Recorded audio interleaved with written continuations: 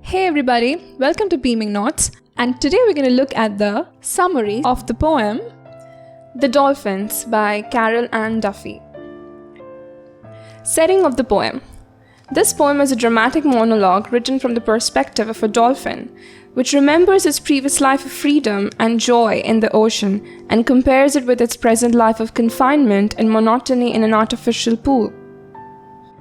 Summary, stanza 1. World is what you swim in or dance. It is simple. We are in our element, but we are not free. Outside this world, you cannot breathe for long. The other has my shape. The other's movement forms my thoughts, and also mine. There is a man and there are hoops. There is a constant flowing guilt. The dolphin, in its dramatic monologue, explains the meaning of the world where they can swim and dance. The dolphins are inside their element, that is, water, but they still feel confined and restricted. The feeling of being shackled overpowers their sense of imprisonment, even though they are in water outside which they cannot breathe. They no longer experience the freedom they used to enjoy in the ocean. The dolphin looks at another dolphin whose restricted movements, shape, and thoughts are the same as him. The other has my shape, the other's movements forms my thoughts. They are both distressed at the idea of how others control their lives. The dolphin then goes on to talk about the man who makes them jump through hoops. There is a man and there are hoops, suggests how the dolphins are enslaved and are demanded to perform on orders. The constant flowing guilt mentioned by the dolphin could be the guilt of the trainer who makes them perform tricks against their will and traps them in a superficial environment away from their natural habitat. Summary, stanza 2. We have found no truth in these waters. No explanations tremble on our flesh. We were blessed and now we are not blessed. After traveling such space for days, we began to translate. It was the same space. It is the same space always, and above it is the man. Even though dolphins are extremely sentient creatures, the artificial pool fails to offer any truth. Being artificially created, it lacks the true essence of the sea. A dolphin's skin is extremely sensitive to changes in its environment, but there is absolutely no explanation and no information to guide them to the sense of this new world. The deep regret and sheer distress felt by the dolphins at their present condition is explicitly stated in the line, "We were blessed and now we are not blessed." They try to adapt to their new home. However, they took days to get used to the idea that they will not be living in a carefree and joyful life in the pool like they used to live in the ocean. There is nothing new happening in their lives. They only tend to find dullness and monotony in the same space always. It is the same space. That is, it is water that surrounds us, but in reality, it is still not the same. Above it is the man also directs us to the idea that no matter how freely the dolphins had lived once, they are now controlled by a man. It denotes the superiority of the man. Summary, stanza 3. And now we are no longer blessed, for the world will not deepen to dream in. The other knows and out of love reflects me for myself. We see our silver skin flash by like memory of somewhere else. There is a colored ball we have to balance till the man has disappeared. In this stanza, the struggles of the dolphin is addressed with a sense of collective voice and mutual feelings.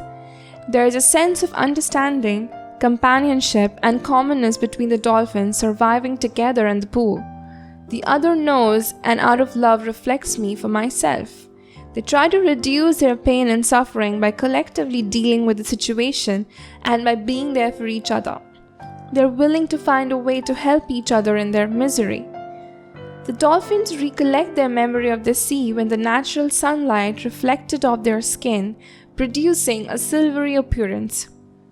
But now it just seems like a distant dream of somewhere else. Recovering from the powerful nostalgia, The dolphin remembers that it has to go on to balance a colored ball till the man who gives the commands goes away.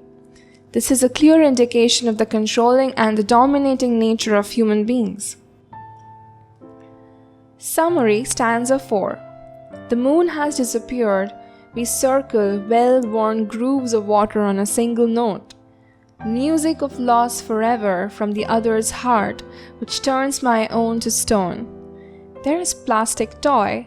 There is no hope. We sink to the limits of this pool until the whistle blows. There is a man, and our mind knows we will die here. This stanza intensifies a sense of hopelessness and desolation in the lives of the dolphins. The dolphins live in such a dark and confined world where the moon seems to have disappeared. In their world, moon has been replaced by the colored ball. A sense of monotony and drabness is created as the dolphin just circles around the movements of water on a single note. When the dolphin hears its other companions mourning their loss of freedom, it fills his heart with despair.